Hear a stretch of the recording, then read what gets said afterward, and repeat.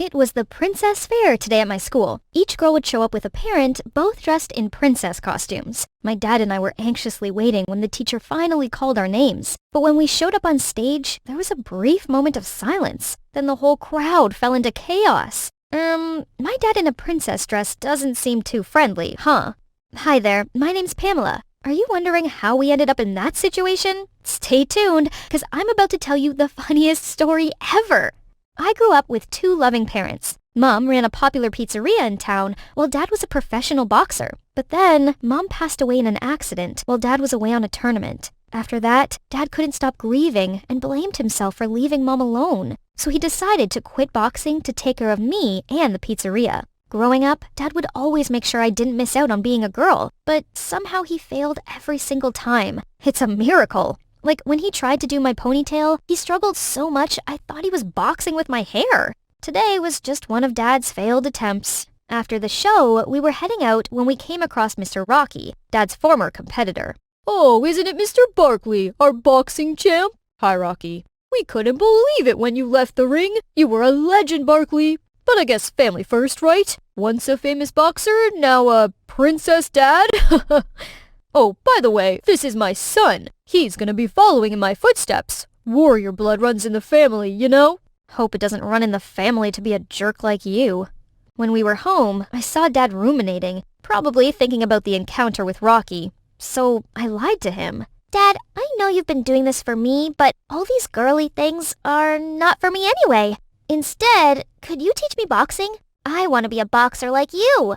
Honest to God, I still love being girly and all, but just seeing how happy he was, I knew I had made the right choice. From then on, I grew up helping Dad run the pizzeria and learn boxing with him. Eventually, Dad got more students. Carson is the oldest and Dad's favorite. He also came to live with us and help with the restaurant. Business soon started picking up thanks to my boxing bros. The customers, especially females, loved them. Soon, we became the hottest pizzeria in town. One time, while running errands for the restaurant, we heard an old lady yelling at someone. "You're stealing my cookies, young man!" But the guy just walked away, leaving the hopeless lady behind. The audacity of him! I immediately charged at him and tackled him to the ground. "Didn't you hear, you thief? Return her cookies now!" Hey, stop! It's a misunderstanding. I saw her putting the cookies in her bag already. The old lady immediately checked her bag and her cookies were indeed inside. I awkwardly released the guy, and once he turned around, I was shocked. He looks like an angel walking on earth, even with that annoyed look he was throwing at me. Is this love at first sight? On my way home, I couldn't stop dreaming about him, when suddenly I noticed a moving truck parked at the building next door, and right there was him. He was sweating profoundly, then suddenly took off his shirt, revealing his six-pack. Whoa, it's my lucky day. Later, I asked around and learned that his name is Denzel, and he just moved here with his mother, Michelle. From then on, I couldn't focus on anything else, as pretty boy Denzel and his heavenly abs kept running through my head. Hey, what's up? What's wrong with you? Oops, sorry. It's just that I think I have a major crush on our new neighbor, Denzel. What? For real? Yeah, but I don't know what to do. Got any advice? I got plenty, but... Oh, come on! I'll do anything. Please? Okay. Now listen carefully. According to Carson, the best way to show my charm is by flexing my muscles? So I set up this new punching bag right in front of the house, waited for him to show up, and used all my might to pound on the thing. Ha! But Denzel was so unimpressed. He just coldly tossed the garbage, then slammed the door shut. Later, I waited till Denzel appeared by his window, then started lifting my desk up with one hand to impress him. Evening yoga. He looked at me as if I was some circus clown and shut the blinds. Bummed out, the next day I went to talk to Carson. Nothing I try works. He just doesn't care. You sure? It worked every time I wanted to get girls. But I'm a girl. Ugh, you're messing with me, aren't you? Gotcha. But what's so interesting about him anyway? You could be with me instead. I can treat you better, Pam. You're just like a brother to me, Carson. Thanks for your help, by the way. So much for counting on him. But that's not all. The next day, I already caught sight of Carson and the gang cornering Denzel. I immediately dashed in to protect him. Relax, we're not doing anything. It's just that Denzel wanted this bag for his mommy, but I wanted it for you. How about a fistfight to settle this? Whoever wins gets it? Only fair, right? I got dibs on it, so I see no reason to fight. But if you insist, you can have it. Stop pretending to be so generous. Just say you're scared, wimp. Wah, wah, wah. I don't like fighting. Then he calmly walked away. I caught up with him around the corner. Hey, don't worry. I got your back. Carson wouldn't be able to touch you.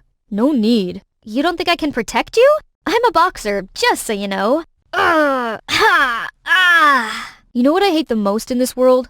Boxers. And by the way, could you move your punching bag elsewhere? It frustrates me every time I see it. So all my efforts to charm him are for nothing? And what does he have against boxing anyway? The next couple days, I arrived home from school to see what seemed like a heated argument between Dad and Denzel's mom, Michelle. I came to ask what was happening, and turned out Michelle just opened up a new pizzeria right around the corner from my family's. Now she's officially competing with us. I lost my job in the city, and making pizza is the only job I've ever had. But why in this town? Why so close to our restaurant? We actually inherited the land from Denzel's grandmother, and I can't afford to move anywhere else. But trust me, I didn't mean to compete with your dad. I see. Why don't you come over for cookies? Denzel told me you're in the same class with him, right? Denzel mentioned me? It sure feels awkward with Michelle, but if I could be close to Denzel again, why not?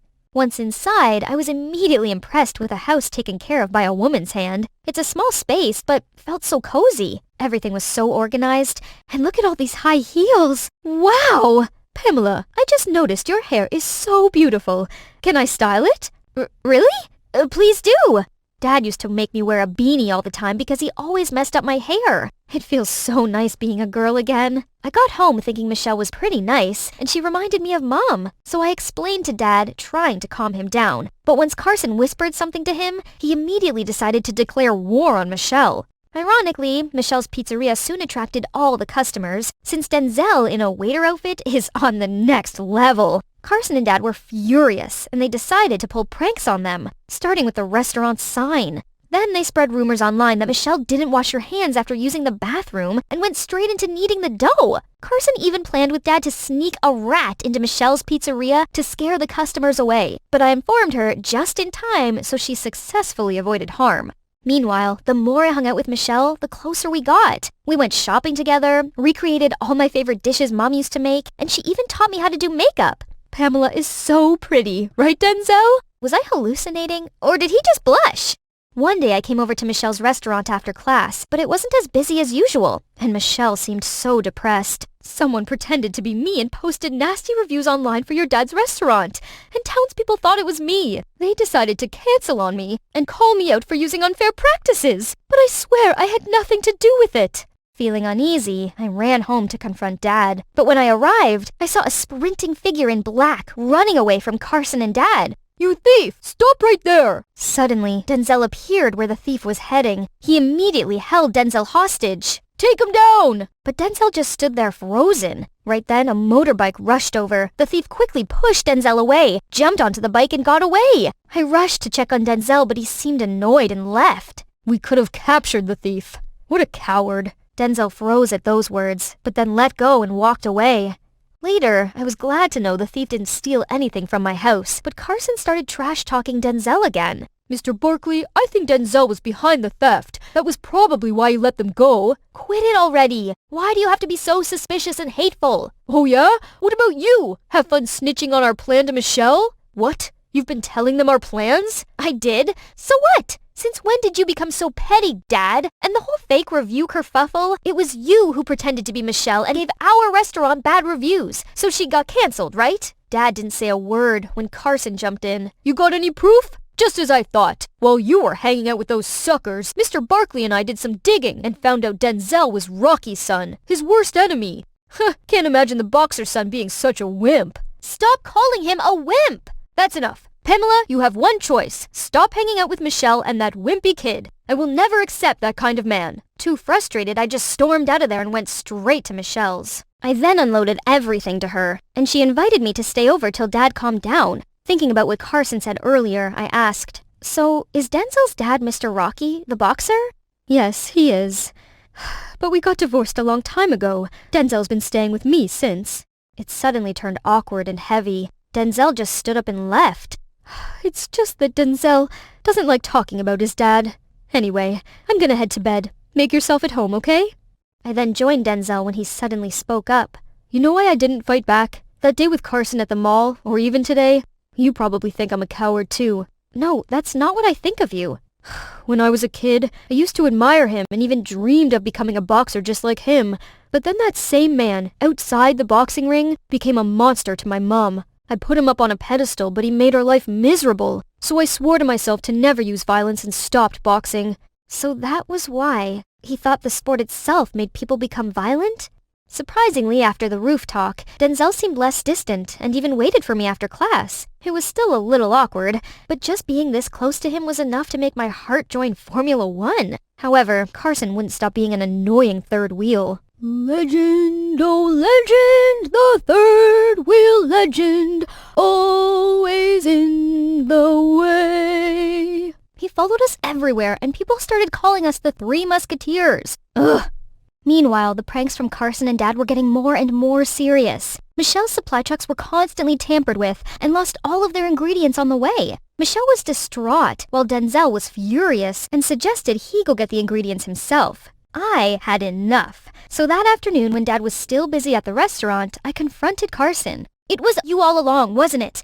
Dad couldn't do all that single-handedly. Thanks to you, Denzel will have to carry the supply himself tonight. Always Denzel, Denzel. Could our conversation be less about that coward and more about you and me? Then maybe I could convince Mr. Barkley to stop. In your wildest dream, even if you were the only man left on Earth, I'd rather go extinct than date you. There, that should knock some senses into him. But later that day, I got a text from Carson. If you want to know who's responsible for the sabotage, come to the junkyard. Oh, by the way, Denzel's gonna drive past too, right? Shipping the ingredients and all. What is he up to? I texted Dad to come with, as this could show him Carson's real face. Then I ran to the junkyard. I arrived to see Carson standing there all by himself. You were right. It was me all along who faked Michelle's reviews and sabotaged her supply trucks. I tried so hard to get you, but you only had eyes for that stupid Denzel. But in just a moment, you'll see you picked the wrong guy. What are you doing? He tied me to a car despite my efforts to get free, then went to set up what seemed like a trap. Just then I saw Denzel, carrying goods on a scooter, about to come through. No! Denzel! Don't! He drove straight into the trap, lost control, and fell over. Oh, boo-hoo! Did it hurt? Too bad. You and I are gonna fight right here, right now. Whoever wins can have Pamela. I already told you, I don't fight. See, Pamela? He's not interested. You're willing to go this far to prove a point? You know what? Challenge accepted. Oh, no. He just fell and looked like he'd hurt his leg. Carson immediately out Denzel easily. I was screaming when someone appeared next to me. Dad! Shh. Let's just see. A true boxing spirit will not back down easily. Just then, we saw Denzel slowly rise up and suddenly gave Carson a knockout. Holy camole! Where did that sudden burst of power come from? I immediately rushed to check on Denzel while Dad went to Carson. I trusted you, but you dared to do all the dirty deeds behind my back. You don't deserve to be a true boxer. Get out of my sight for good. Now! Who's the coward now, huh? You said you'd never fight. My dad makes me think boxing is violent and violence is bad, but it's not. Abusing violence is. It's okay to fight for justice. In this case, fighting for the people I love. Sorry, Denzel. I was wrong for judging you too quickly. You're not a coward at all. That's right. A man's bravery doesn't just come from his brawn or belligerence, but should come from his spirit. Huh, did I say something wrong? Wow, never thought you could be this mature. My dad then went and apologized to Michelle for hurting her business, and suggested they join forces together and open up a new pizzeria. Fortunately, Michelle was cool and agreed. After that, Denzel decided to get back to boxing. And best of all, my dad is teaching us both. Okay, you two can practice now. I gotta go over to the restaurant to help Michelle. And you know what else? Denzel and I are finally dating. Ouch, it hurts so bad. Oh, I'm sorry. Are you... You and your silly antics. It does hurt. I'm not joking. Does this help then? Hey, it's Austin here again. So I met this hot girl called Darcy that I really like, and I think she really likes me too. But then a phone mix-up meant I had to date this cougar called Chelsea, who was also dating my friend Jake. I know, awkward. Things got even worse when Chelsea introduced me to her employees as her boyfriend. But then I saw Darcy standing there. Oh no. The girl I like works for Chelsea? This was bad. Really bad. Darcy looked so disappointed. Man, this sucked. For the rest of the date, I kept turning around to check on her. I even tried sending her a text to assure her it wasn't what it looked like. But this was tricky to do when Chelsea wouldn't take her eyes off of me. Do you know her? Darcy? You keep looking at her. So, is there something between you guys? I just shrugged and said, Nah, she comes into the restaurant sometimes, that's all. She must have seen right through my words, as she smirked then said, Is that so? Well, then you won't mind me firing her. Unless, of course, you continue to date me, but don't tell Jake or anyone about it. Deal? Turns out Chelsea was even crazier than I thought. She was playing me and I didn't like it, not one bit. But I couldn't stand by and let Darcy lose her job because of me. I knew how much it meant to her. Fine, I replied, but no kissing or anything like that. She grinned back. Whatever, you'll fall for my charm soon enough. As if. She was deluded, like I'd ever want to kiss someone who treated me like prey. Anyway, I only had to put up with this until Darcy finished her internship, then signed her contract. Later on, I texted Darcy explaining that Chelsea was just a friend and nothing more, but she didn't seem convinced. From then on, whenever she came into the restaurant, she barely met my eye, even when I gave her an extra slice of dessert. Ouch. Worse still, I kept on bumping into Darcy when I was on dates with Chelsea. Whether it was the coffee shop, walking the street, or going into a restaurant, she always seemed to be there to spot us. And Chelsea didn't help at all as she kept on clinging on to me and acted up when she noticed Darcy was around. Dating Chelsea was hard work. She just wouldn't quit pestering me.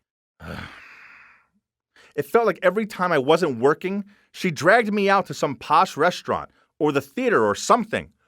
Yawn. When was she going to get the hint that I didn't have feelings for her? I hoped she'd figured it out soon enough, as things were getting awkward between me and Jake. I hated having to lie to him. Then he messaged me saying he was feeling really down, as he was pretty sure Chelsea was seeing some other dude. Aw man, why was I stuck in this mess? I messaged him back telling him she was probably just busy with work, and not to panic. Now all I needed to do was convince Chelsea to be a one-man woman, and choose Jake. On our next date, Chelsea took me to this expensive Italian, and oh my God, the food was so good. But even that didn't make up for how tedious the date was. She just sat there staring at me like she wanted to eat me or something. It made me feel so uncomfortable. Later that night, I was at home watching a movie and wondering how I could end things with Chelsea when I heard an angry thud at my door.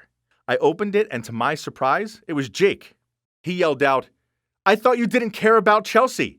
Guess you've seen me being well treated and now you want that too? Step aside. I tried telling him I didn't want her, but this only made him madder. What, so you don't want her, just her money? How can you do that to Chelsea? She's beautiful and smart and, Jake, she made me. If I don't do this, then she's going to fire Darcy. Oh, and set her brother on us both. She's got me on a string, bro. I had no choice. I sighed and looked away to avoid his eyes. Jake's face fell as he took in this news. Then he muttered out, Oh well, I guess I knew what she was like. I felt bad for him, but what did he expect? Of course, she was only playing with him. And even he himself knew that he only had himself to blame for falling for her act. He said, Right, whatever. She needs to learn a lesson at least. We can't just let her get off with this that easily. Anyway, she could only do harm to Darcy during this internship period, right? Yep, and not anymore when Darcy signs the contract in a month. Okay then, let's play some pranks on Chelsea. We'll let her experience one glorious month of a cheater. I was kinda excited about messing with Chelsea. She certainly deserved it for ruining my chances with Darcy. Let the fun begin. So Jake asked her to go on dates when he knew she was on dates with me. Then when she made up excuses, he rang her up and sobbed out how she never wanted to spend time with him anymore. Then another time when I was on a date with her, I went to the bathroom. Then Jake stormed into the restaurant and demanded to know what she was doing there. He made sure he left before I got back, but it was so funny walking over to the table and seeing her look all flustered. The problem was that as fun as these pranks on her were, they didn't change the fact I still had to date her. Then she told me I had to escort her to the swanky event dinner her company was having. The only exciting parts of the night were eating the food and, of course, seeing Darcy. Wow, nothing could prepare me for how stunning she looked. Unfortunately, Chelsea's brother Tim had noticed this too, and he kept on creeping around her. I saw him offer her drinks and put his arm around her. I wanted to go and drag her away from him so badly, but I had my own problems, as Chelsea led me from group to group and introduced me to them all as her boyfriend. Ugh. Finally, when Chelsea was in the bathroom, I managed to go over to Darcy. Only Tim was with her. He was kinda tipsy and was slurring out his words as he asked her to hang out with him and his friends after the event. Poor Darcy. She looked so uncomfortable. So I said, "Hey Darcy, Chelsea wants to talk to you. It sounds pretty urgent. She's waiting for you outside." I led the way. Then when we stepped outside and it was just the two of us, I said, "Sorry it took me so long to save you from that creep. Are you okay?" She couldn't even look me in the eye as she replied, "I could look after myself." Then she went to walk back inside, so I pulled her back and said, "Please, Darcy, wait. It's time I told you everything." So I told her all about the mishap with the phone on our first meeting in the coffee shop, how Chelsea forced me and Jake to date her, then how she was threatening to fire Darcy if I didn't go on dates with her. At first, Darcy rolled her eyes and muttered, "Yeah, right." But after I mentioned the part about her job, she seemed to believe me. She let out a long sigh. "Chelsea does talk about you all the time. Now I know why." Then she said I didn't need to do this for her anymore, as she didn't intend on staying at the company anyway. It was too toxic of an environment for her, and her colleagues treated her so badly just because she was a pretty newbie. Then she said the main reason why she didn't quit the internship was because of me. Every time she came to my restaurant, I would cheer her up and make her feel much better. Okay, so this counted as her confessing her feelings for me, right? "Give me 1 week to do what I need to do. Then I'm leaving that awful place," she told me. "That sounds doable." I smiled at her. I hugged her, then we went back inside as if nothing happened. The following week was so exciting. I couldn't wait till I could finally be with Darcy. I told Jake all about it, and he decided to play one last joke on Chelsea. And there's no way I was missing this one. So I hid around the corner and watched as he turned up her doorstep and told her he couldn't be with her anymore because he couldn't stop thinking about her brother Tim. The shock on her face was priceless. Then she started yelling at him that she didn't want him to contact her ever again and to stay away from her brother. We had such a laugh. Jake's my best friend, and I really do wish him all the best only. Hopefully now that Chelsea's out of his life, he can move on. And finally, Darcy quit her job, and now I can do what I first intended to do, before this phone and crazy woman mess got in the way, and that's to take the prettiest girl I've ever seen in my life on a date. It was just such a long and messy journey to get here, but good things take time, right? Hey guys, I'm Vanessa, and I want to tell you about my first love. So, do you all remember your first love? Yes, right? I mean, come on. How could you ever forget that first time butterflies in the tummy feeling, hand-holding, and that kiss? In the heat of first love, it's easy to believe this will last forever and be a true fairy tale. Only so many first loves lead to a messy breakups that turn into a nightmare. My first love was with a boy named Julian, but you'll have to stick around to find out if our love story was a fairy tale dream or a fairy tale doom. Julian and I started off as friends, best friends. He lived across the street from me and our families were close. We hung out all the time, so much so that our parents teased that we'd get married one day. At the time I thought, no way, but we were just kids back then. Then, when I was about 10, I started to look at him differently. He was so cute and sweet, and I thought about him all the time. He liked me too, right? I mean, he bought me my favorite candy, let me play video games with him, and stuck up for me when these boys from school teased me. And then when I was 15, Julian and I were at our favorite spot. It was a really big old tree in the middle of the park. We went there loads and would lean against the tree trunk, do our homework, listen to music with one headphone, read books, basically anything relaxing. That's when he told me the shocking news. His dad had a new job in Germany, and they were moving there. What? How could this be? I was so surprised. I started crying.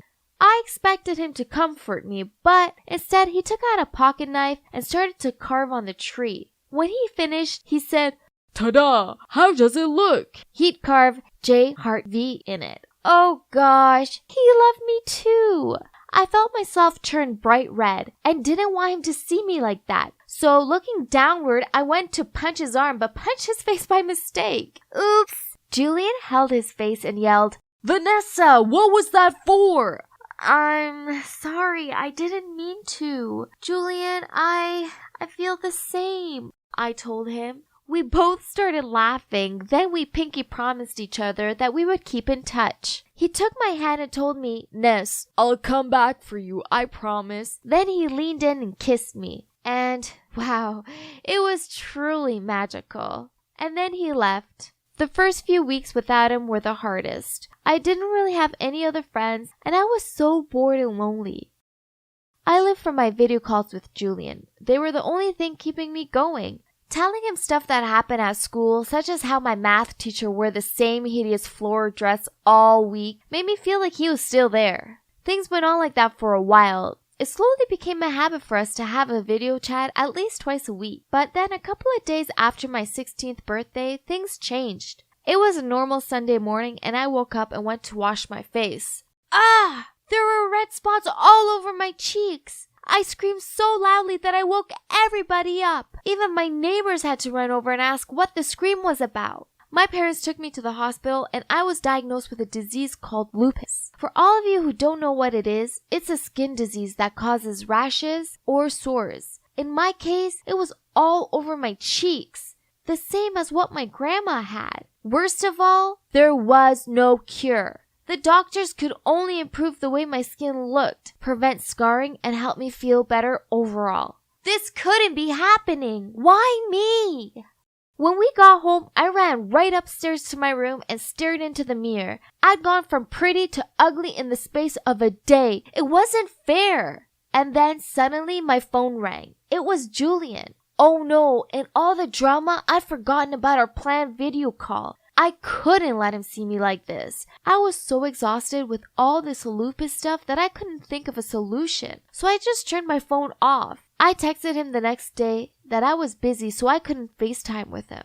This carried on for weeks. I just couldn't bring myself to tell him the truth. Then he texted me saying that he got the message loud and clear, that I didn't want to be his friend anymore. I texted him back telling him this wasn't the case and I'd just been super busy. But the damage was done. He stopped calling me after that and even unfriended me on Facebook. And that was it. I lost my best friend and also my first love, all because I couldn't cope with my new appearance. Little by little, I was shutting myself off and pushing everyone around me away. I just didn't want anyone to see me like this. Instead, I wanted to hide away from the world. Each day, I'd watch my classmates hang out together and I'd walk off by myself and go to my favorite tree, lean against the trunk, close my eyes, listen to some sad songs, and remember all the good times I had with Julian. This was basically part of my daily routine during the whole 4 years of high school.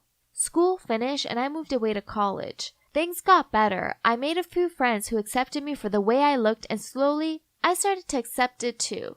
There was this one tree on campus. It looked just like the one back at home, so I went there all the time. One day I was sitting there reading a book when this guy in a baseball cap started measuring the ground. Then, without looking at me, he said, "Excuse me, can you please move?" I was confused, so I asked, sure, but why? The guy replied, Oh, the college is going to build a new cafeteria here, so we have to chop down this tree. What?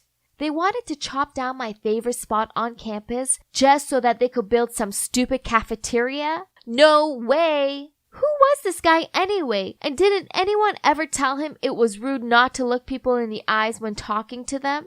I gave him a piece of my mind. You architects are all the same. You never give a damn about what you have to destroy to build an ugly building. Leave this tree alone or I'll chop you down. Then I gave him a really dirty look. He just shrugged and carried on measuring. This made me so mad that I kicked him in the butt, causing him to fall onto the ground. His cap fell off and whoa, it couldn't be. Julian? Was that really him? But how? Wasn't he in Germany?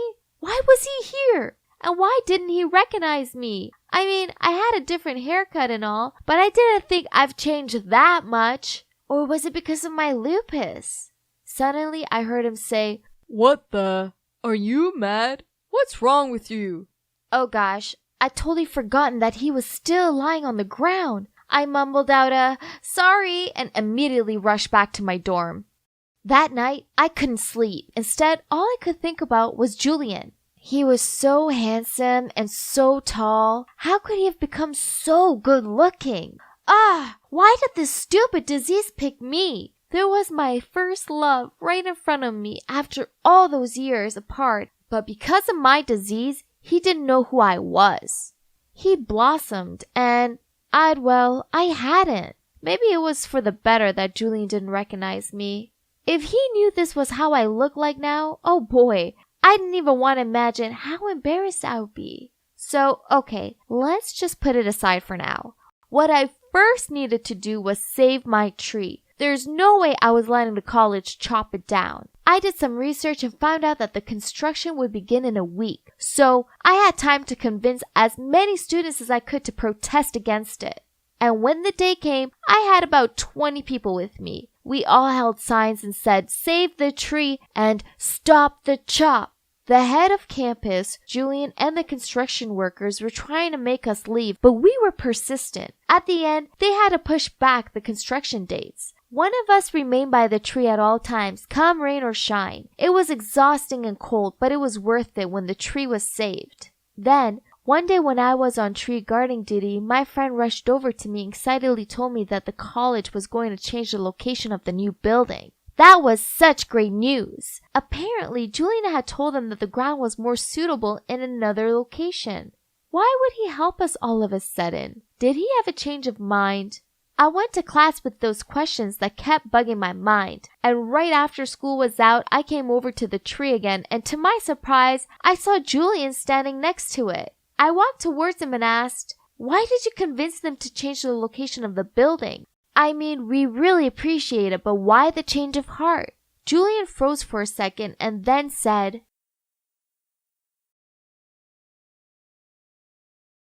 "Hey, it's Haley. Did you think that the drama ended when I graduated from school? As if. Drama seems to have a way of finding me. When it came to my swing club friends, then our dreams took us in different directions. Anna and Kurt off to New York to further study the genres of music they loved, while me and Phil moved to the bright lights of LA and enrolled at college there. Being in LA was amazing, but hard work. Not only was it difficult trying to make it in the music industry, in a place where everyone else seemed to want to do the same thing, but I saw my ex-boyfriend Eric and the girl he left me for, Clara, everywhere. On billboards, in magazines, on TV, and so on. But anyway, luckily Phil managed to get us a couple of gigs in coffee shops and a couple of bars. We always gave it our best shot, even when the venue was mostly empty or full of drunks. We persevered, but it was hard work, and the money from gigs barely left me with any change after I'd paid for rent and expenses. Phil was making more money on the side by selling some of his songs, so he insisted on funding the majority of our work stuff. That made me feel so bad, but I had no other choice, so I could only try to work even harder, hoping I would soon be able to help out too, so Phil wouldn't have to carry the team by himself anymore. Then this one time, when we finished our set in this swanky lounge that we performed at every Thursday, the manager came over to us and said to me, "Great show as usual, guys, but Haley, could you spice up your wardrobe a bit? You've been rotating the same 3 dresses for weeks now. I think our guests are finding it a little boring." I was taken aback by this. It was so humiliating. I didn't know how to reply, so I forced a smile. Then Phil chimed in. "Got it. Haley will be in a brand new dress next week." This seemed to satisfy the manager, as he nodded at us, then left. I turned to Phil. "Why did you say that? We're going to record a new song next week, remember? I'm still saving money for the recording. How can I afford a dress?" Then Phil smiled and patted my shoulder. "Don't worry, I've got it. I just received my royalty payment. Let's go to the mall, shall we?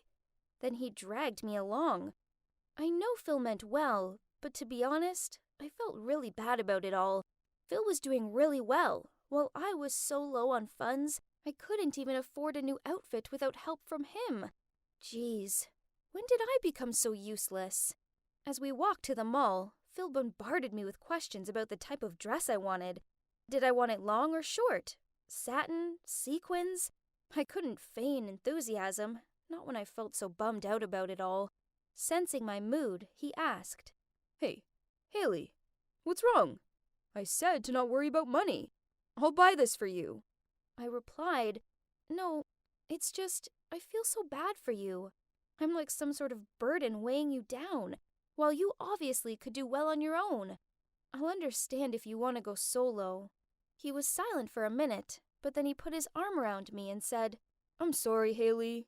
I never thought about it like that before. I don't pity you or anything. I'm helping you because you're my friend, okay? And I know you'd do the same for me. I guess he had a point. Friends helped each other out. And of course, I would have done the same for him if the tables were turned. Then he said something I wasn't expecting to hear. Besides, those songs I've sold make me feel like I'm giving away a part of my soul. They're not what I want to write. They're purely to make money. Meanwhile, I collab with you because we have the same tastes. And your voice is awesome. Our time will come. I truly believe it. Hearing his words lightened up my heart. I felt so grateful that I had Phil, and like him, I believed our work would pay off in the end. And it sure did. Our time did come, and much sooner than we expected. One late night, me and Phil were struggling to come up with the lyrics for a song in our studio. Well, to be exact, it's just a small corner in Phil's room. Suddenly, my phone rang. It was Anna, and as soon as I picked up, she screamed, Congrats! OMG! Why didn't you tell me? She was so loud, I held the phone away from my ear, then said, Tell you what? Anna, calm down. You haven't heard? Your song, Memories. It's right here, a number 8 on iTunes chart. Check it out right now. Are you sure it's not someone else's song? Don't prank me. You know it's not a funny joke. Haley, will you just go and see for yourself? Phil quickly searched for it on his laptop, and turns out it's real. Wow, our song really was in the charts. We all screamed at the top of our lungs. It felt so amazing. Kurt's congratulation text came right after. I knew our plays count had been increasing, but I didn't imagine our names on the iTunes chart. This was just the beginning. Soon, loads of record labels got in contact with us, including some big ones. It was all so overwhelming. Everything happened all at once. But as thrilled as we were, me and Phil had to tell each other to keep cool and really think this through, because this was a big decision that would change our lives. After a lot of deliberation, we signed with Daystar Records. It's a small, newly established record label. Dean, the CEO, is quite young, but he's a talented man who had worked for many big labels, and we believe he understood our vision the most. We'd chosen to put passion first, over the ambition for instant money and fame. And our new beginning with Daystar immediately hit the news the day we signed the contract. Both our families and our friends from Swing Club flooded us with congratulation messages. Finally! Dreams do come true! I still couldn't believe this. The first day we actually went to work at Daystar Records as their artists, I kid you not, I literally skipped all the way there. Dean was waiting at the door to greet us. Then he showed us around and introduced us to everyone. Apart from different practice rooms, we were also given a small studio of our own. Now Phil had a place for his equipment and to properly produce his songs. Dean even got us some performance spots on a couple of TV shows and organized some interviews. These really helped our fan base to increase, and people started to recognize us in the street. It was so crazy. I was just a normal girl with a love of music. And now I had actual fans. Once, I was in the vocal booth practicing my lines when I heard a knock on the door. I opened it to see a member of staff was holding a huge bouquet of purple peonies, my favorite flower. I opened the card. Haley, Like these flowers, you've bloomed. Please never forget how enchanting your voice is, and never let go of your dreams. I know you'll reach the top. I believe in you." I flipped the card over, but there was no name on it. Maybe they were from my mom, and she'd forgotten to put her name on them? Or maybe they were from a fan. Either way, I was deeply touched. I kept the card in my purse as a reminder to keep moving forward, for myself and for the people who are supporting and believing in me. The next few months whizzed by, and I was happy with where my life was going in the City of Angels. There was one thing bugging me, though. It was probably nothing, but Dean was making me a little on the uncomfortable side. It was small things, really, such as if he knew I was in the practice room, he'd bring me coffee, and on the days I left work late, he'd text me asking if I got home okay. He even suggested getting a folding bed for the studio, so I could stay there if I wanted to. Yeah, I know, he was probably just being nice, but he's a married man. I just see him as a big brother. I felt really awkward and uncomfortable every time he acted like this around me. I didn't want to cross any line, so I thought it best to distance myself from him as much as possible. But then there was this album release party for an A-list singer, and Dean wanted me and Phil to tag along. This was huge! I knew a lot of other celebrities would be there, and this would be a great chance for us to expand our circle in the industry. I jumped in excitement and took Phil's arm. "Oh my God, we have to—" Then Phil spoke up to Dean. "I think I'll pass. You should take Haley with you. I'm not into that kind of noisy party. Sorry. I'd rather go finish this song I'm working on. I'll send you the demo soon." Then Dean replied, "I understand. I'm not too keen on these parties either, but it works for me, you know." Then he turned to me. "I'll pick you up from here. Tomorrow at 8, okay?" I was taken aback. No way! I wouldn't go if Phil didn't. I mean, it would be so awkward if just me and Dean went there. So I quickly replied, I don't think I can go either, as I just remembered I have an appointment tomorrow. I'll join you next time." I forced a smile. Dean stared at me for a second, with confusion in his eyes, before he said, "Oh, that's such a pity. This could be a great chance for you guys. Tell me if you change your mind, okay?" Then he left. Well, yeah, of course I had 0 appointments, and I was bummed out at missing the party. But I didn't feel comfortable around Dean. And, there probably will be another chance soon.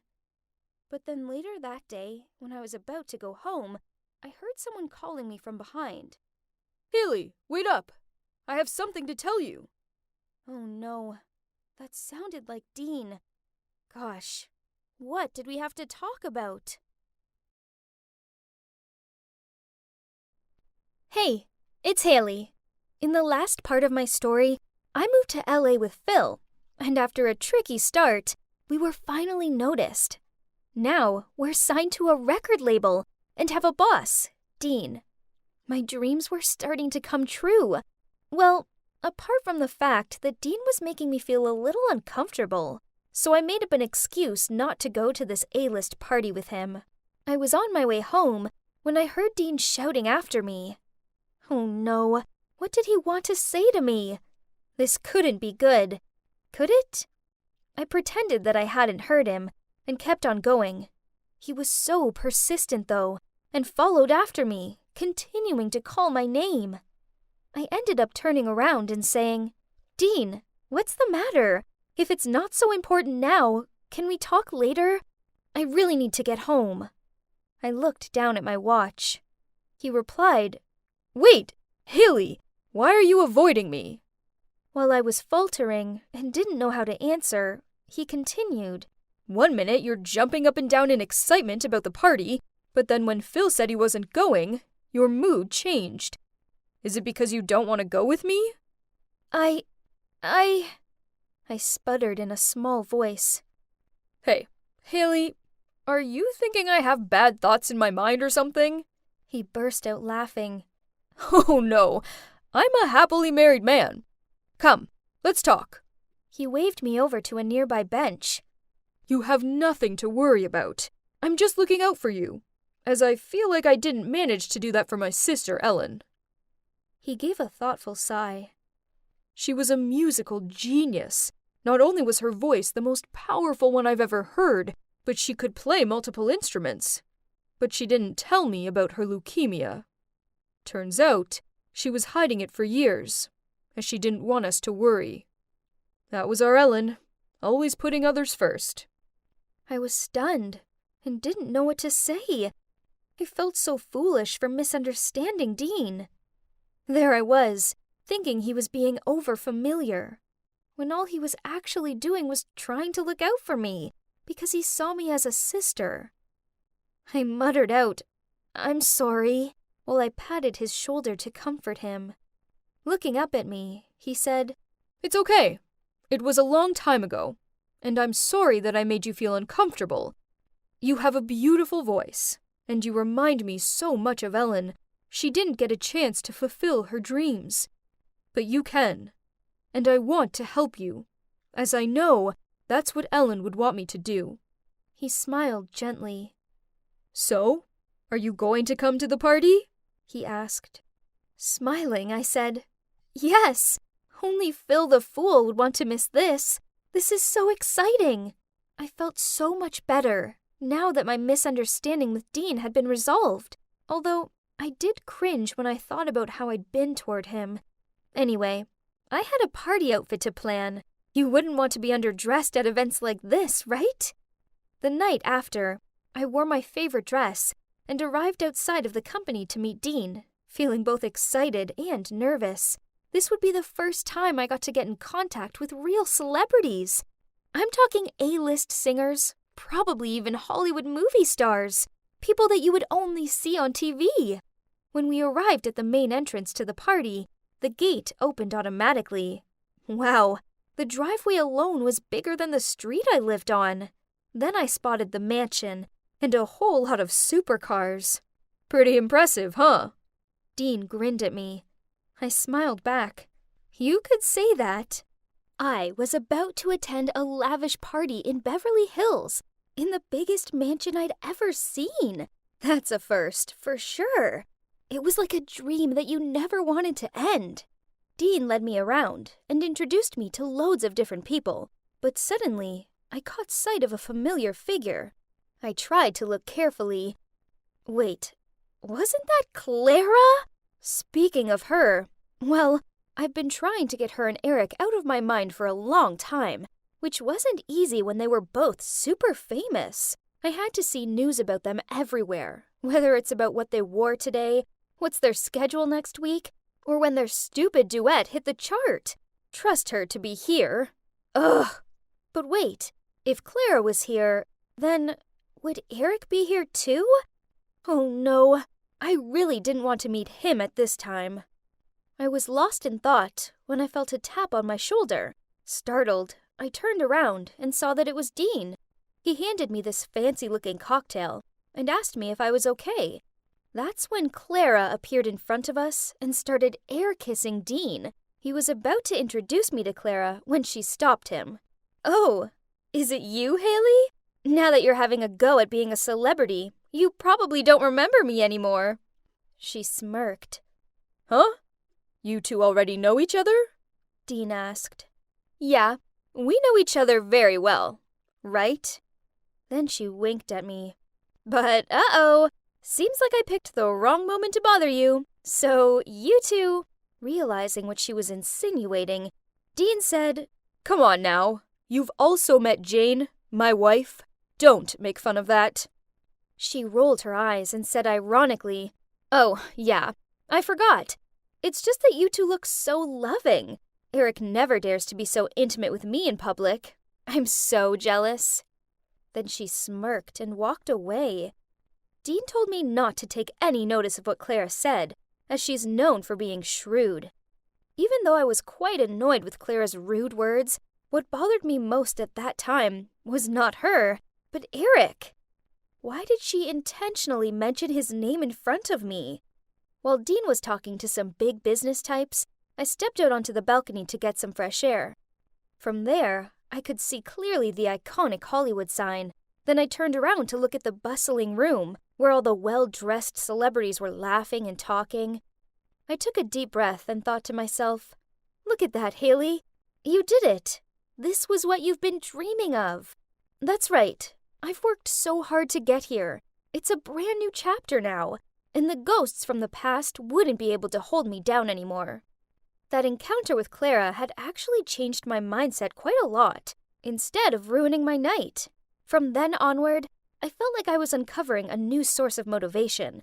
I buried myself in work. I worked for my family, my friends, for fans who were always supporting me, and for myself. And then finally came the day when my hard work paid off. That day, Phil and I were going through some demo tracks to pick out one to be our next single, when suddenly, my phone rang. It was Dean. He said that Phil and I had been invited to perform at Blue Moon Festival. Oh my God, this was incredible! It's the famous Blue Moon that I've watched and read about for all my life. I'd get to stand on the same stage my idols had performed on. What could be better than that? I was so excited, I jumped up and down and then hugged Phil. However, my mood dampened when I found out who else was performing there. Eric! It felt like my heart had stopped beating for a few seconds as I stared at the laptop screen, emotionlessly. Phil seemed to realize that there was something wrong. He immediately looked at the lineup and was quiet at first. Then he said, Haley, I get it. You know, we don't have to do this festival. It's true that even though it had been a long time, I still felt a pang of sadness whenever I thought about Eric. However, I couldn't turn this opportunity down. That wouldn't be fair on Phil, or on myself. So I smiled at Phil and said, It's okay. I wouldn't miss it for the world. D-Day arrived. I was super excited and also terrified that I felt like I was gonna puke, which would have been bad, as I was in a swanky van en route there.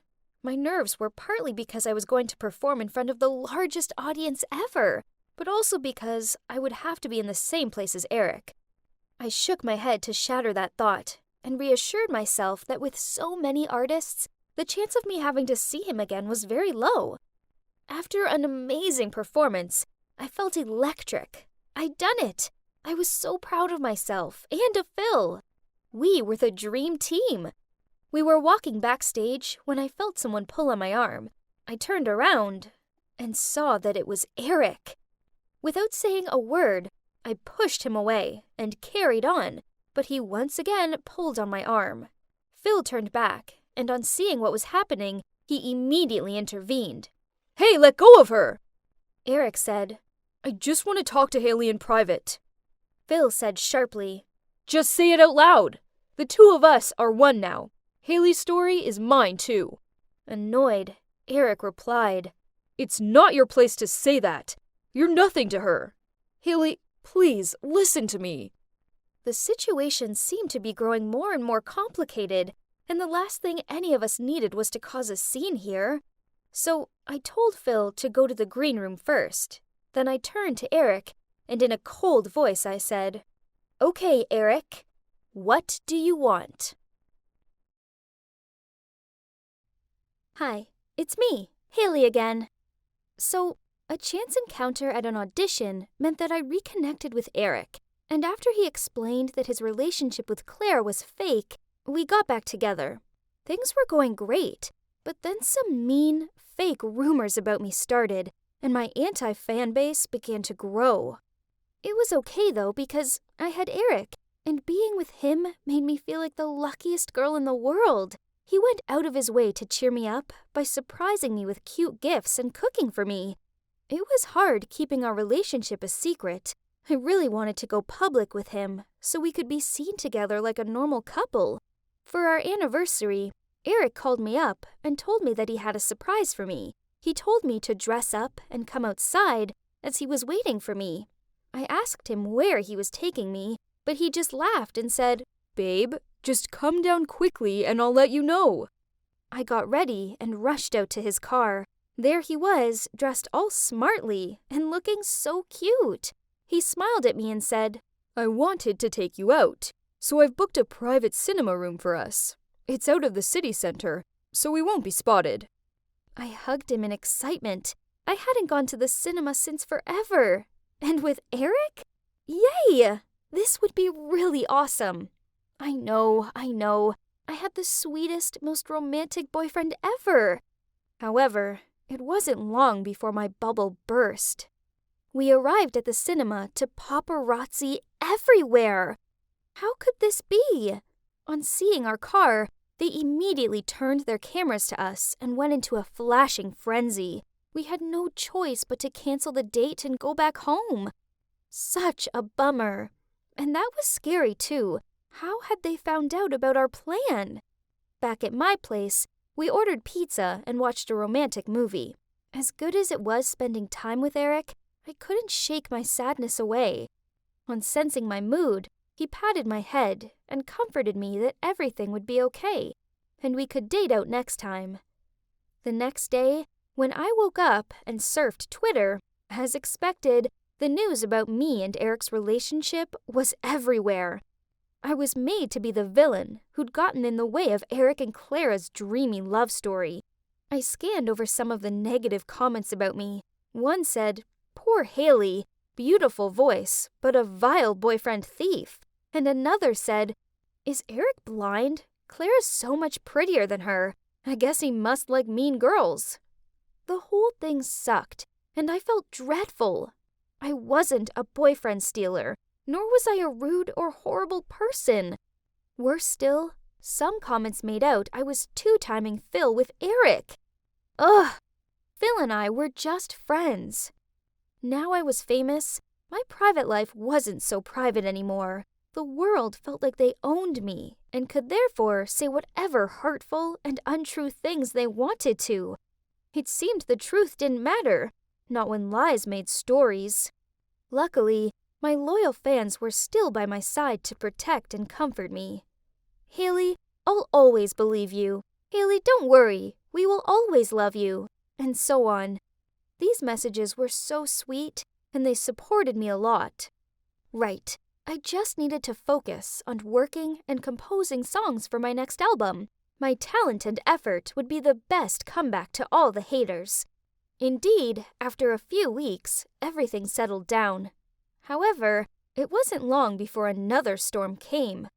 One night, I was at a party to celebrate the new product launch of the cosmetic brand I represent. Of course, there were a bunch of celebs and paparazzi at the party. Even Eric attended. Because of the recent rumors, we just smiled and then chatted with other guests. I also saw Clara. She was talking to Jane, Dean's wife. On seeing me, Clara just smirked and looked away. But whatever, she could be that way if she wanted. While I was talking to the brand representative, I saw Jane coming over to me with a glass of wine in her hand. I thought she wanted to say hi to me or something, so I turned and smiled at her. But then I realized that she looked quite angry. She pulled out a photo and yelled at me. "Say it!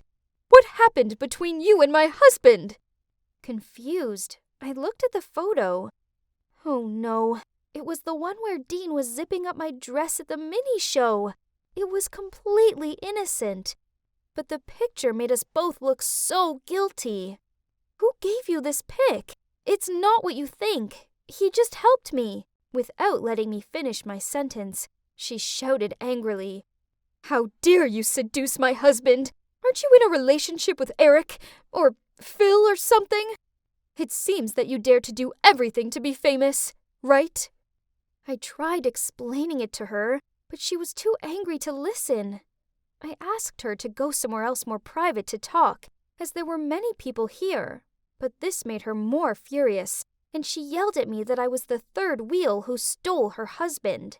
We immediately caught the attention of everyone at the party. They gathered around us and kept pointing at us and whispering. She glared at me as she said, "It's time girls like you were taught a lesson." I saw that she was about to splash her wine over me, so I quickly covered my face with my hands. But at that point, someone appeared in front of me. I looked up and saw Eric with a wine-soaked face. Oh no! I was confused and didn't know what to do next. This was out of control. Then Clara appeared, grabbed Jane's hand, and told her to calm down, and think about how this would affect Dean's career. They both left after that. I grabbed a napkin and tried to wipe Eric's face, but he shrugged me away and told me to go home before things worsened.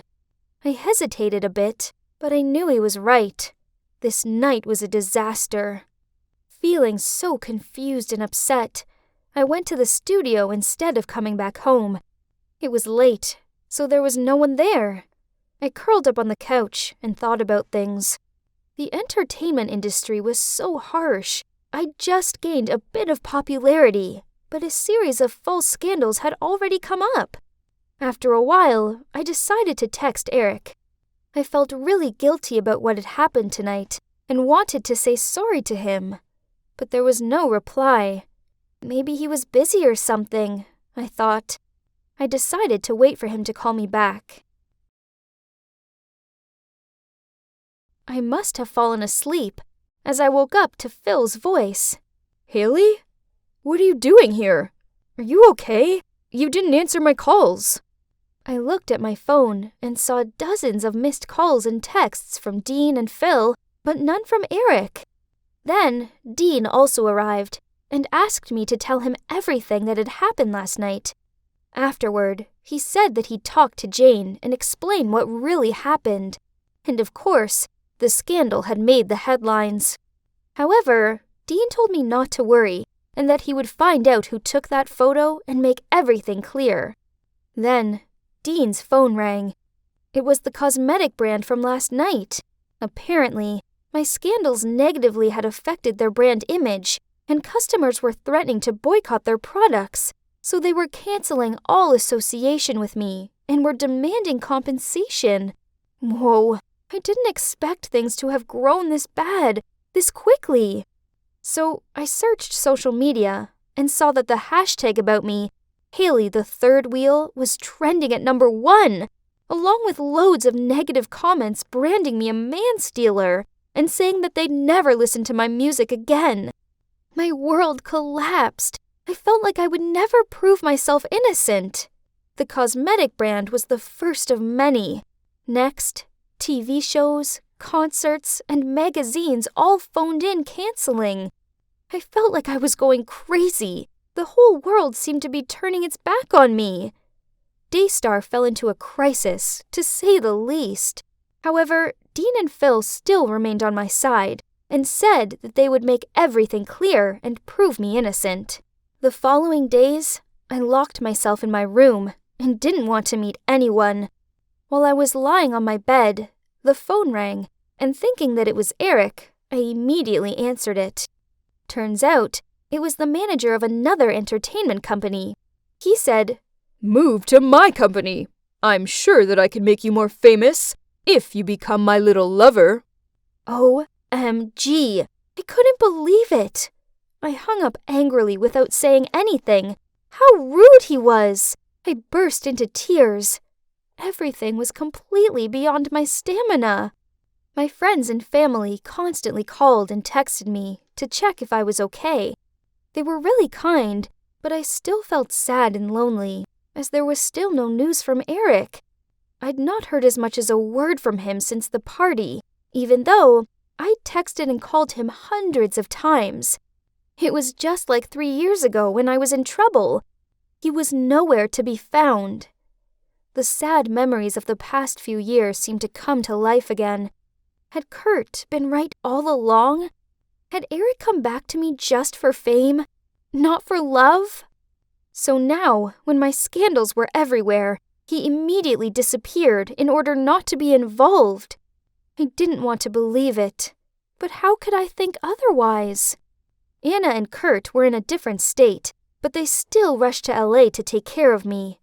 Meanwhile, my so-called boyfriend who lived in the same city as me couldn't be any less bothered.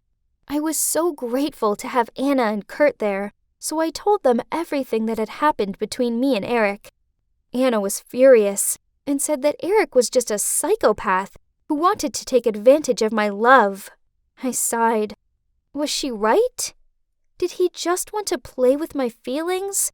Whatever. All of this had been too much for me. I just wanted to throw it all away and catch a break from this dramatic life, now that my friends were all here. Some days later, one night, when Anna and I were watching a film together, the phone rang. Someone said that Kurt was hospitalized because he got in a fight or something. Anna and I immediately rushed to the hospital, which was swarming with paparazzi. Huh? What was this about? Why were they here? I didn't know what was going on, but that surely couldn't be a good sign. I blinked open my eyes. Whoa, my head felt dizzy. And, why was I covered in scratches? My mind was totally blank. I couldn't remember what happened. The last picture flashing through my mind was a heated argument between me and some guy. Then I stormed off and now, here I am, in this gloomy place.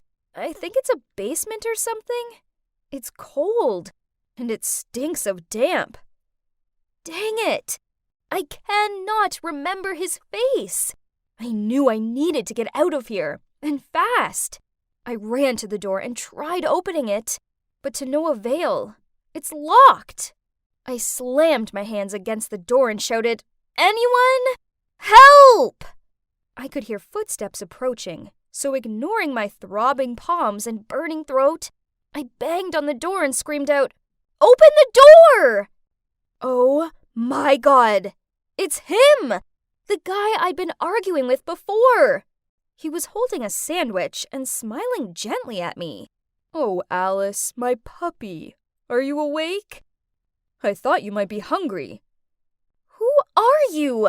You brought me here, didn't you? What do you want? He looked confused, then sadly blurted out, Oh no, honey. You must have memory loss from the accident. It's your Josh here. I'm your boyfriend. I squinted at him. He did look familiar, but what boyfriend? What accident? He showed me the photos on his phone. OMG! That was me with him, and we looked so happy together. But why can't I remember anything? I hit my head with my hands in frustration, while Josh just stood there against the wall staring at me and giggling. So maybe this Josh guy was my boyfriend, but that didn't explain why he'd locked me up in this dungeon. This wasn't a normal boyfriend thing to do. I rushed to the door, but he grabbed me in his arms. Let me out! You definitely have some wicked intention going on bringing me here. I scowled. Oh my gosh, Alice. You've been watching too many movies. Do you really not remember anything? I gave him a clearly not look, then folded my arms. I guess the accident was pretty intense. We argued, then you insisted on driving while you were drunk, and then caused a fatal accident. Never mind. I think we shouldn't go in too deep about that right now. It must be traumatizing for you. But that's why I decided to bring you here, so the cops wouldn't arrest you. What?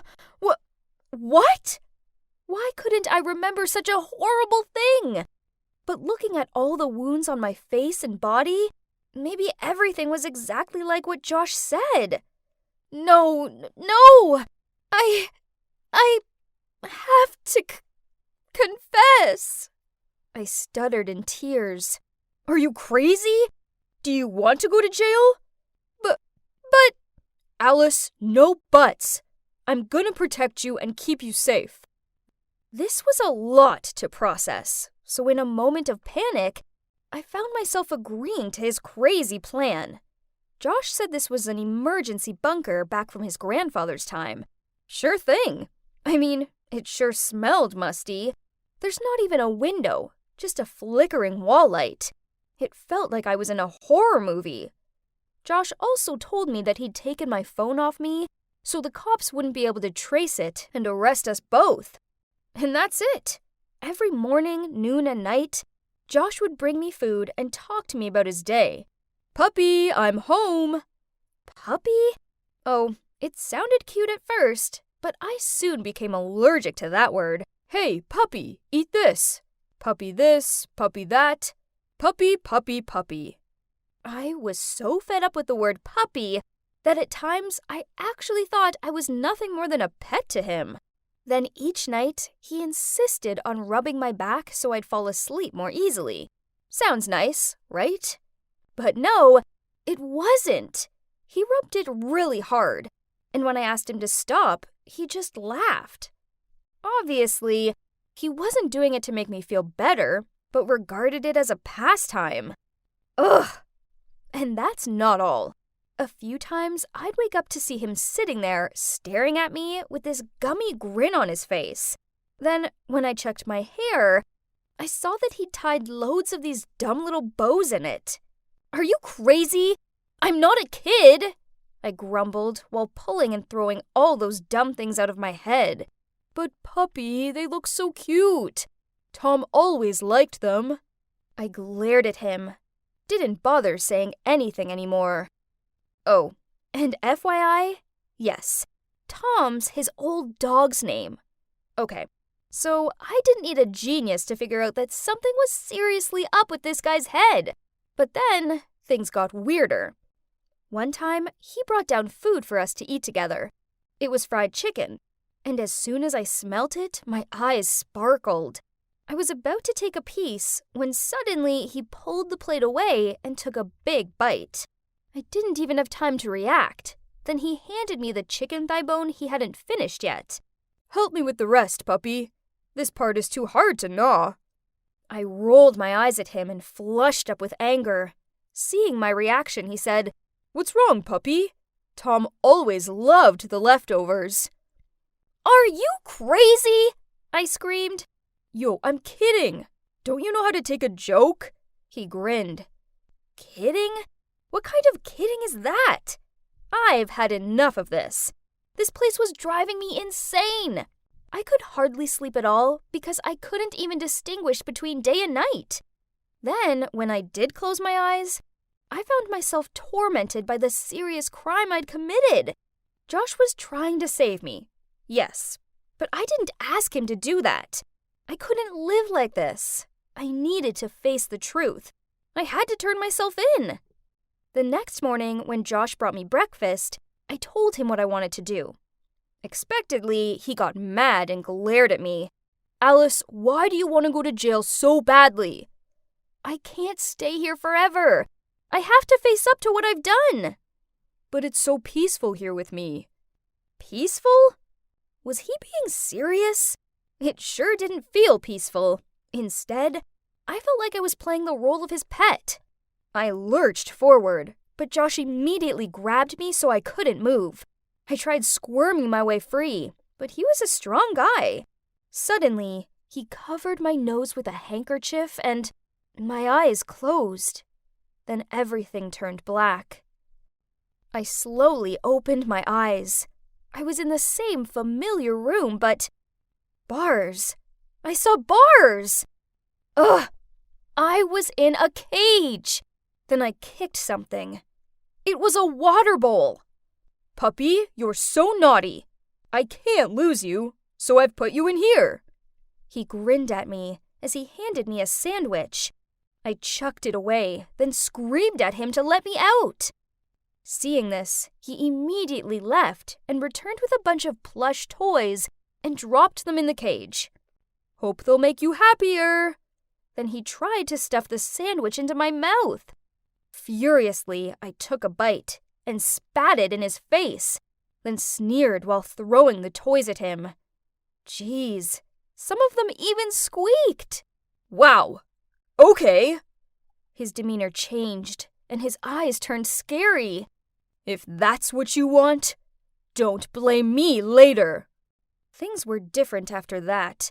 Each day, he only gave me a bowl of those gross-smelling biscuits, then he'd just sit there gawping at me. At first, I refused to eat them. But in the end, I was so exhausted that I gave in, even though I'm pretty sure they were dog biscuits. Ugh! I realized that resisting him wasn't benefiting me at all. It was only making him act more horrible. That's when a genius plan popped into my head. So the next time when Josh appeared with the biscuits, I smiled sweetly at him and said, Josh, baby, it's been so long since we've been on a date. How about you go and get us a bottle of wine, and we can spend some quality time together? His eyes lit up, and of course, he agreed without hesitation. He hurried off to get the wine. Cheers to us! Josh, you're the love of my life, and I'm so grateful to God for bringing you into my life. Please stay with me forever.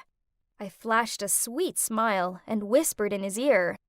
Every time he took a sip of wine, I fluttered my eyelashes at him as I refilled his glass. To say I'm a Hollywood actress with an Oscar-worthy performance would be an understatement. Soon, Josh was so drunk he went cross-eyed. He fell to the ground before I even finished pouring him the last glass of wine. Seizing the opportunity, I stepped over him to get out, when suddenly, a hand grabbed my ankle. Oh no, I'm screwed! My heart felt like it was about to jump out of my chest.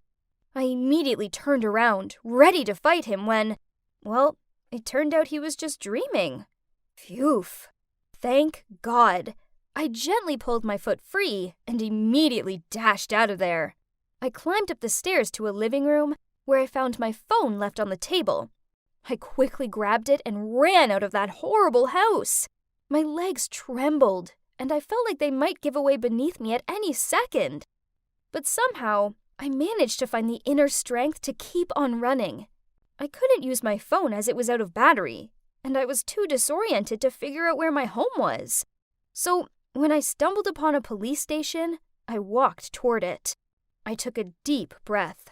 This was a tough decision. I knew I was going to jail, but I couldn't live in creepy Josh's basement forever and be his substitute pet. No thanks. I had to face up to what I'd done. Sir, I'm here to confess. The cop looked confused and told me there hadn't been a fatal accident recently. But then he said I looked familiar, so he looked up my name, and turns out my family had reported me missing. That liar Josh had tricked me. It was all a ruse so he could imprison me. How vile! I charged my phone, and up popped hundreds of messages and voicemails from my worried friends and relatives. This was all so overwhelming. I put my head down for a moment. Then all the memories gradually surfaced. I'd been in the mall parking lot, and I felt like someone was following me. So I hid in the corner, and that's when Josh appeared. So I asked him, "Why are you following me?" "Alice, I love you. Please come back to me." I rolled my eyes and started walking away from him. "Go away, weirdo! We're done!" Then he grabbed my shoulder. I shook myself free and ran away, when a car came out of nowhere and... Ugh! Yes, of course. Josh was my crazy, controlling stalker ex. So he must have taken advantage of my unconsciousness to take me back to his basement and come up with his bonkers plan. Then to make things even easier for him, I ended up with memory loss. Typical! It was a nightmare. But thankfully, it's over now. The cops took my statement, and soon after that, my family came to pick me up. They all burst out crying, and we hugged each other tightly. It's taking a while to get back to normal life after all the trauma, but I'm getting there. I do want to vomit whenever I hear anyone say the word puppy. Ugh. However, this didn't stop me from getting my own rescue dog, Lily the Corgi, and I never put bows in her fur. As for Josh, well, he was convicted for false imprisonment and has to stay in jail for 4 years. Who's in the cage now? Serves you right. Why wasn't it working? I followed all the steps, but still nothing. At that moment, my best friend Harry walked towards me and asked with a confused look, "Hey, what you doing?" Hey, Harry. I'm just working on this plan to become popular, but it isn't going so well. I changed my style and posted more on social media, but I'm still not cool. You're probably wondering why I was desperately wanting to be popular, right? Well, It's all because of my annoying hiccups. Last year, I was on stage performing the play Our Town when I suddenly started to hiccup. Constantly. I couldn't stop, and the whole audience started to laugh at me. In the end, they had to replace me with my understudy. Not only was it the most humiliating moment of my life, but I've also been teased about it ever since. This year, I wanted to become popular. Then everyone would forget about the hiccuping incident. If only becoming popular was easy. Hey, you could help me.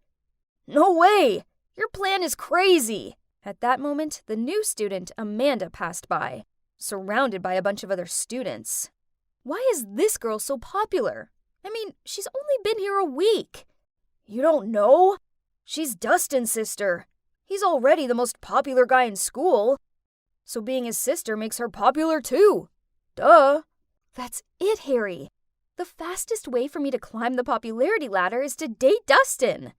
At first, Harry seemed confused by this, but then he suddenly agreed to help me. With one condition, of course, that after I succeeded in becoming Dustin's girlfriend, I had to introduce Amanda to him. I knew it!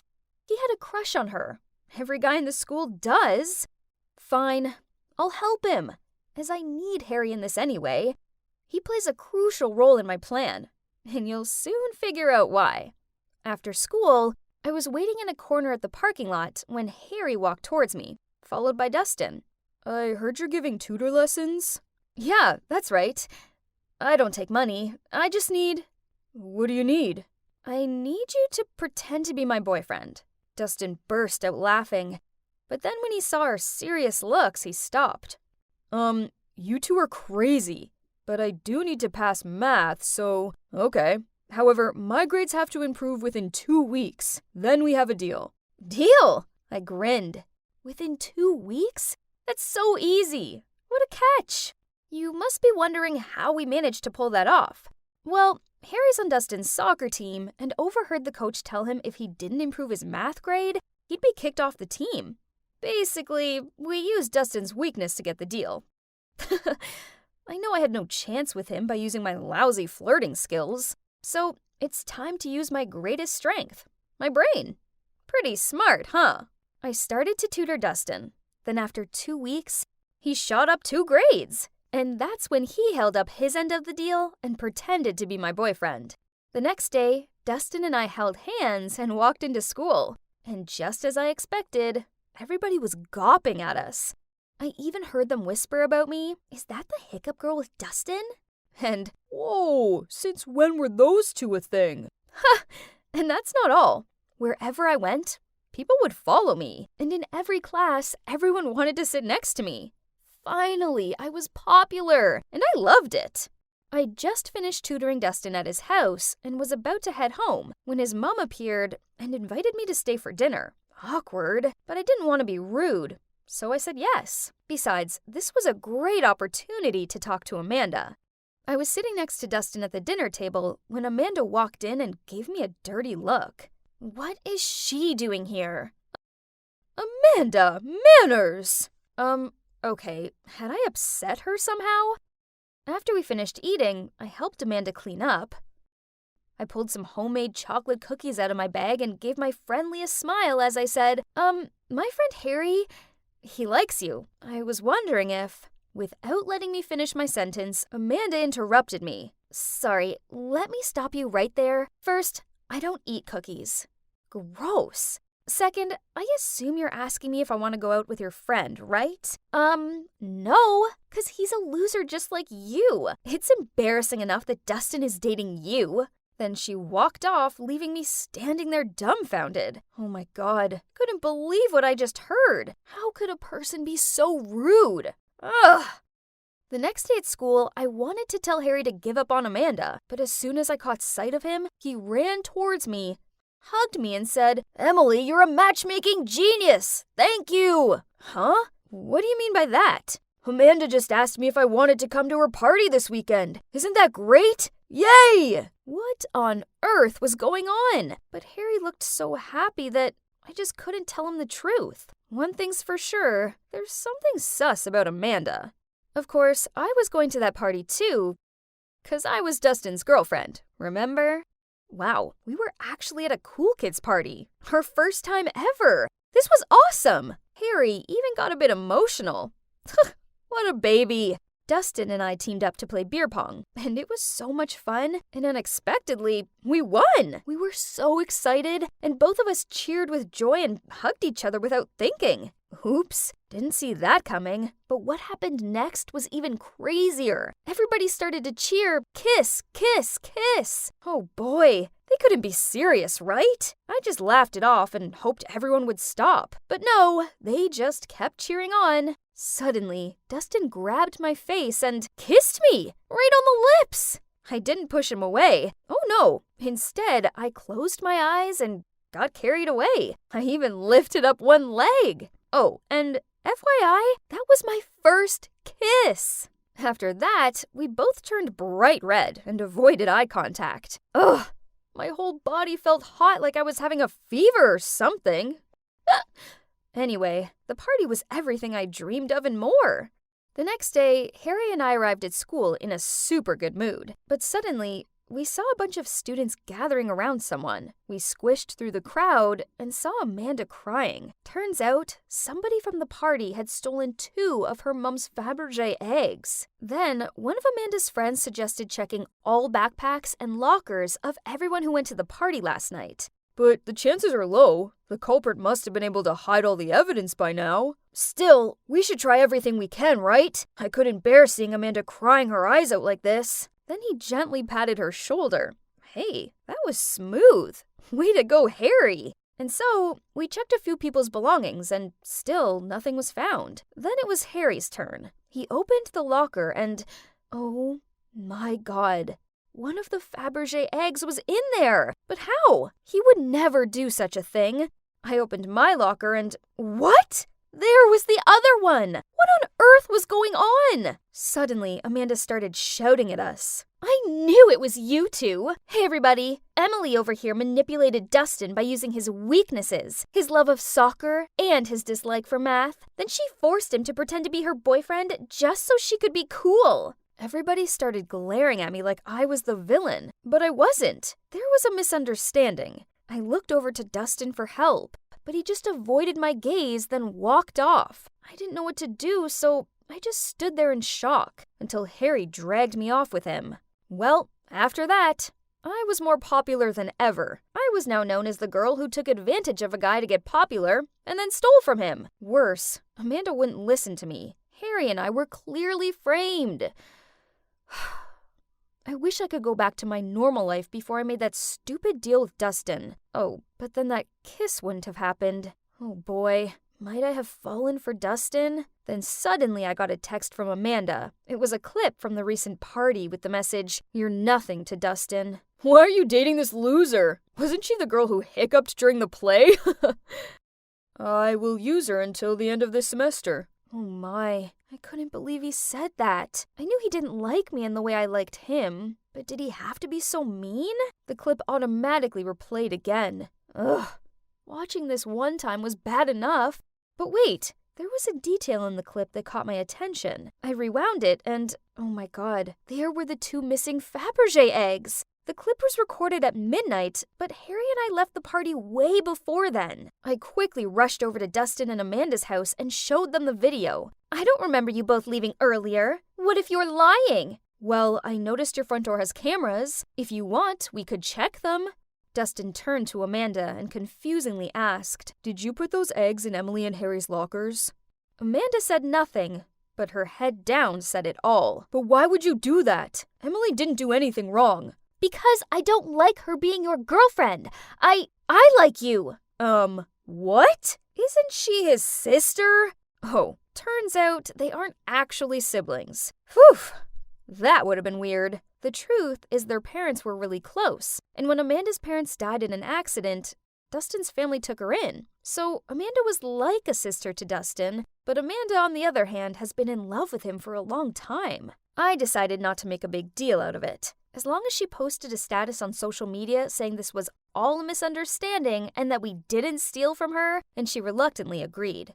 Afterward, I immediately got out of there without saying anything else to Dustin, but he ran after me and apologized for not defending me the other day. He just couldn't choose between me and Amanda. And then he said, That clip you saw wasn't what you think. "Ugh, what's there not to understand? It was so obvious. Then what is it? Please tell me." But Dustin just stood there silent and stared down at his sneakers. Just like I thought. There's nothing else to explain, so I stormed off. The next day, Amanda posted the status and our names were finally cleared. My life is back to being boring, but it's okay, as I now know that being popular isn't what brings me happiness. Oh, and about me and Dustin? Well, a few days later, he sent me a video. It was the same clip from the party. At first, this frustrated me. I mean, why would he make me endure watching that again? But then I noticed that this clip was longer, so out of curiosity, I pressed play. And you won't believe what happened in the second half of that video. After the part where Dustin said he just wanted to use me, everybody teased him more. He got angry and yelled. Yes, Emily is weird, but weird in a good way. I like the way she smells books every time she opens one, and the cute way she gets embarrassed when she sneezes loudly. And do you know what I like most about her? That she hiccups every time she's nervous. You heard me right. I like her. You see? Dustin likes me too. Amanda cut this part of the video out on purpose so I'd misjudge him. But now that I knew the truth, what do you think I did? Yeah, of course I forgave him. I mean, how couldn't I? I was so nervous. Like, the most nervous I'd ever been in my life. I didn't even know it was possible for a press conference to get so crowded. Suddenly, the flashes came at me from every direction. It was almost blinding, but the clicking didn't stop, as well as the sound of them calling my name. Hazel, look here! Here, over here, Hazel! Oh my gosh, why was this so chaotic? I started to panic, so I ran away, but I'd only taken a few steps before thump! Oh, these stupid high heels. Oh, hi. I didn't see you there. Well, let's be real, it's kind of hard to see anyone from this angle. Then from every direction, the reporters swarmed in like starving vultures, trying to take pictures of me. I was still confused and didn't know what to do when... Gentlemen, please give her some space. Are you okay? Robert, my adoptive dad, came to help me up. Excuse us, this is her first time attending such a crowded event. If it's all right with you, we'll help her answer your questions. Phew, I'd finally escaped the chaos. Or so I thought. As soon as he got into the house, Robert shouted, "Pamela!" which gave me the fright of my life. Didn't I tell you to teach Hazel some manners? How could you let her embarrass herself in front of the public like that? Pamela looked mortified and kept bowing down and apologizing, but Robert was still furious. If this happens again, you better pack your bags and get out of here. I felt so guilty. It was all because of me that she had been shouted at like that. But I'd done my best. Clearly it wasn't good enough, though. I tried to forget about it, but early the next morning, Pamela woke me up. She gave me a timetable and told me that from now on, I wouldn't need to go to school anymore, and that a tutor would come to teach me at home instead. What? Why all of a sudden? I asked Pamela in shock. It was because of yesterday's incident. The mayor has decided that you need to spend more time learning the necessary etiquette. Are you serious? He can't just keep me locked up here. No way. Hazel, listen, you should be grateful that you got adopted into this house. Keep in mind of everything Mr. Cornelius has done for you and obediently do as I say. Do you understand what I mean? Looking into Pamela's eyes, I knew I had no choice but to agree. The day of the opening ceremony for the town hall had finally arrived, and I got to leave the house for the first time in a month. A whole month. Now was the moment of truth. In the eyes of the public, I had completely transformed into a proper, prestigious lady. When Robert started speaking at the ceremony, he announced a charity fundraiser for my orphanage, in the hopes that children like me would be given a chance to live a better life. Hearing this speech, I could barely hold back my tears. I was sitting next to my adoptive mom, Eleanor, so I turned to give her a big hug. Suddenly, all eyes were on me, and it seemed I'd finally done something right. I smiled up at Robert, and we both had tears in our eyes. Maybe Pamela was right. I really was lucky to have been adopted by such kind people. But as soon as we got home, things changed. My parents got all quiet and went off to their room, leaving me alone. Where was my praise? I'd done so well, hadn't I? Why weren't they happy? The following days, they still asked me to join them for their events, so I guess I must have done a good job.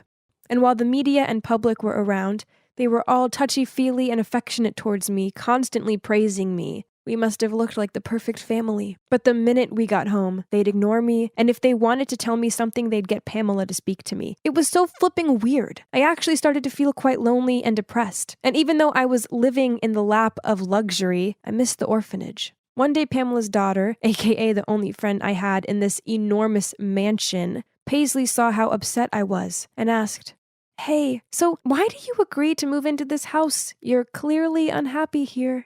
Paisley got me. She was the same age as me, so we were on the same wavelength. I was nervous to tell her how I felt, but I knew she would understand, so I told her everything. The thing is, I actually have a sister. She's only 8, and she's called Amber. That's why I was missing the orphanage. She was still there. She's got congenital heart disease, so after our parents passed away, the orphanage couldn't afford her hospital bills. When the mayor's family decided to adopt me, I refused because I didn't want to leave Amber alone.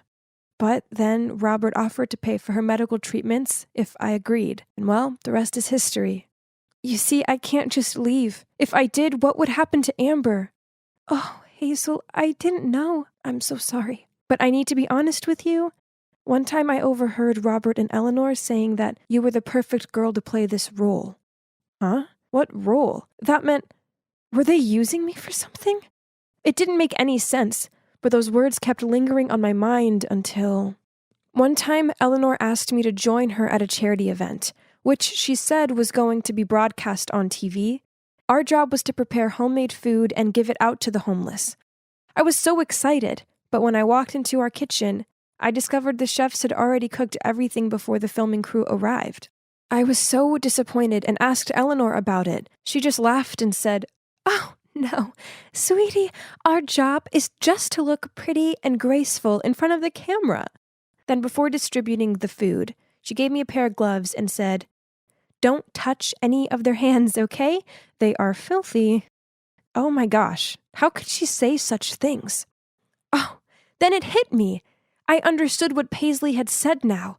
The affection and kindness that the Corneliuses were showing me was actually just for show. All to win over the audience, aka the public, while this was their very true face.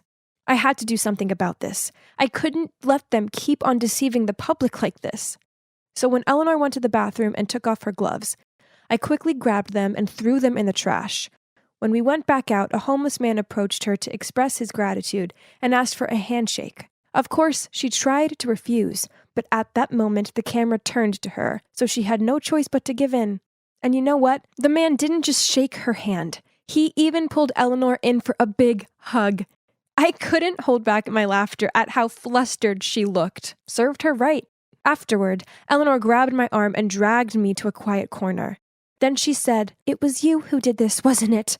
I pretended to have no idea what she was talking about, and this just infuriated her even more. Then later that evening when we got home, Robert was already waiting and shouted at me, "What do you think you're playing at?" I was confused, but then Eleanor added, "Don't you ever mess with me like that again." Now listen closely. Don't you miss your little sis? Aren't you curious if she's doing okay or not? That's right. You better have behaved yourself from now on, young lady. I was so shaken by what they'd said. I didn't even want to leave my room. What if something happened to my sister?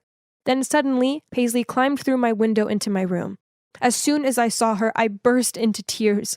"Paisley, please help me with this. I need you to go to my orphanage and check on Amber and see if she's okay." A few hours later, Paisley came back panting. "Your sister? She's not doing good." What? But hadn't she been receiving money for her monthly treatments? Paisley shook her head. "The nuns there said they hadn't received a penny since you left. Now Amber is barely surviving." Paisley's words broke my heart. Those two had been fooling me all this time, and now my sister's life was hanging on by a thread. I had to get to the bottom of this. I walked past Robert's office, and that's when I overheard someone talking. Curious, I peeked in and saw a group of middle-aged men sitting around a table. One of them spoke up. Hey, Robert, the election day is coming. Is that little girl still doing a decent job? Oh, don't worry about her. She's just a silly little kid. She believes anything I tell her, especially about her sick sister. Robert smirked. How dare he speak about my sister like that? I had to do something. I couldn't let this vicious man keep on fooling everyone like he'd done to me. So I took out my phone and started filming. Speaking of which, how much charity money have we got so far?